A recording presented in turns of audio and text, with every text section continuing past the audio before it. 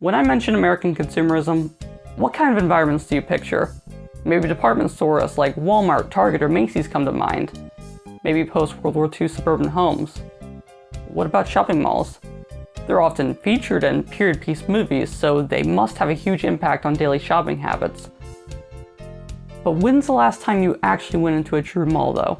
Seriously, besides that random vivid memory from 10 years ago, you're probably drawing a blank. Or not, I don't know. The point is, malls seem to be disappearing and are having less of a presence. How did this happen? I fully intend on answering the question today by going back through their history.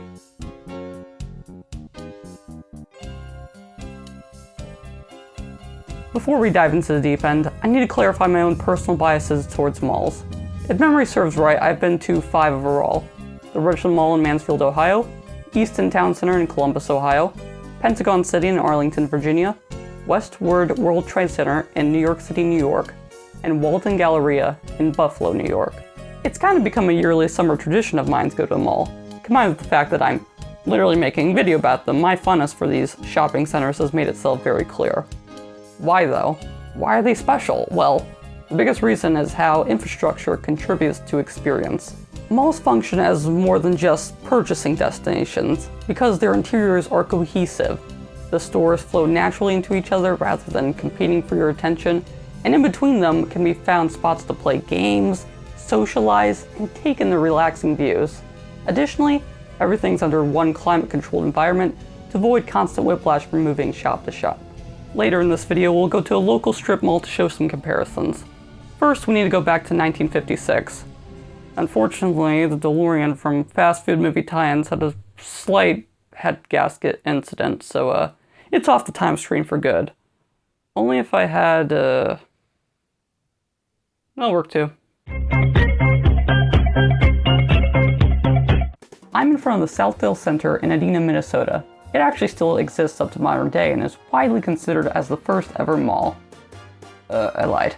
First American mall. No, I lied again. See, like most firsts, the placement of the crown gets complicated really fast.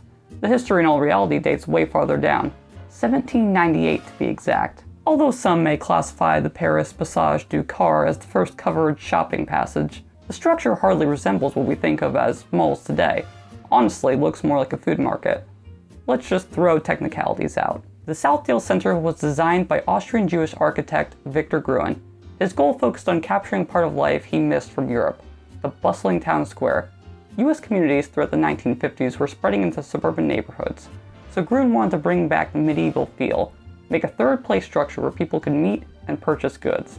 Despite pioneering the design, he grew to despise the modern shopping mall later in life, criticizing their commercialized, car-dependent culture taking away from the community aspect. Let's take a look inside.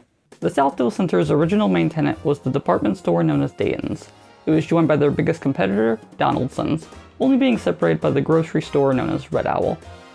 Yeah, stores still used generic Midwestern names back then too. Interior design features include the garden court or perpetual spring with its illuminated 2-story atrium, a large aquarium, colorful sculptures, hanging plants, and sidewalk cafes that added to the feel of vehicle-free European urban environments. From here on out, the number of shopping malls grew exponentially. Most experts would estimate it soaring around 1,000 by the century's end. Seemingly every designer under the sun copied Victor Gruen's homework, meaning we have a lot to work with. Back to the tub. Next up, we'll be exploring 3 significant malls that still exist today, starting with the Galleria in Houston, Texas. It first opened in November of 1970. The developer, Gerald D. Hines, modeled the shopping center after the Milan Galleria Vittorio Emanuele II, borrowing its unique glass barrel vault ceiling. There were several expansions, named Galleria 2, 3, and 4, bringing in more space and modern stores. By February 1989, the Galleria was 93% occupied. Impressive. The first anchor store was Neiman Marcus, but they've additionally added Saks Fifth Avenue, Nordstrom, and Macy's. Not really surprising. Fun fact, 2 hotels are located directly inside the complex. How could we talk about influential shopping centers without mentioning Mall of America? Simple answer, we couldn't. You might know it as the largest mall in the United States, or as the place Ryan Trahan visited last summer. Let me set the stage for just how huge this marvel really is. Opened in 1992, MOA presently stands at 5.6 million square feet, meaning at least 100 White Houses could fit inside. They employ roughly 33,000 employees during peak seasons, have over 520 tenants, and boast 40 million yearly visitors. Suffice to say, Bloomington, Minnesota has been receiving much more attention over the past 33 years. The Mall of America was built above the site of the former Metropolitan Stadium, where both the Minnesota Vikings and Minnesota Twins played, now memorialized by a plaque inside.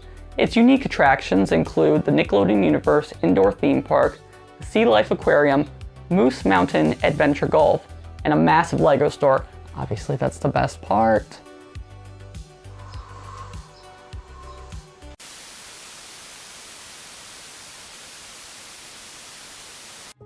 Ah, the dolphin. One of nature's many beauties. They're unique for being an aquatic mammal, a rarity in the ocean's endless labyrinth. These creatures are widespread. However, they're primarily found in warmer, tropical waters. Hey, what's going on here? I am talking about dolphins.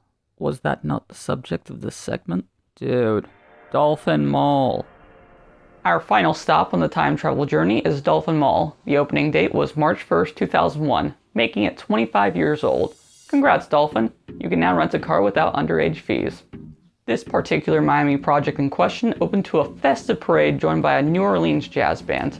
Business started slow as the food court and theater were not yet finished.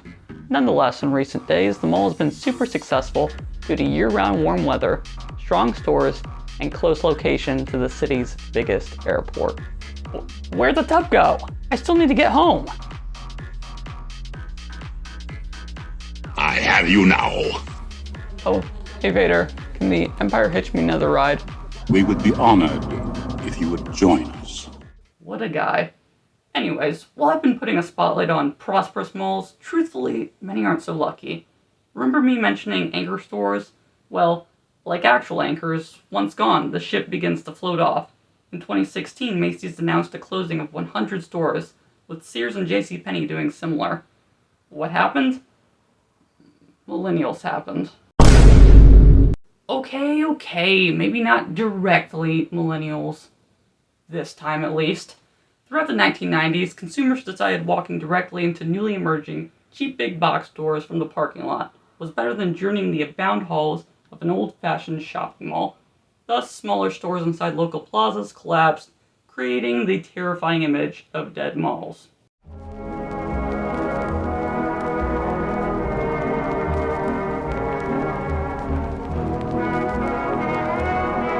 But all isn't doom and gloom yet, as I am traveling to a nearby strip mall to get on-location coverage. Alright, so we have arrived at the strip mall, and obviously this place is ginormous. Got that Walmart splitting everything down the middle, shops on this side, shops on this side. Let me give you a better view there. And what we're here to do is compare and contrast this with a typical indoor mall, which is what we've been talking about this whole time. You may be thinking, well, they're nothing alike. I mean, one's literally outside, one's inside, but there's a lot of things in the structure of both of them that mimic each other. And unfortunately, since it is raining pretty hard right now, we cannot take the camera with us, so ditching that and getting me old phone. Okay, so this was the photo I got at the strip mall, and there are 3 things I want to point out in terms of similarities to traditional malls. The first of which are these store signs. That is very mall-esque right there. Another thing is, look at the architecture. Everything is very, very similar. It all flows together nicely. And third of which is this covering. So it's not entirely outdoors. I mean, it still is, but you're protected from the very, very scary rain. So at this point, I think I've made my intentions very clear. Essentially, screw Amazon, support your local shopping centers. ASAP.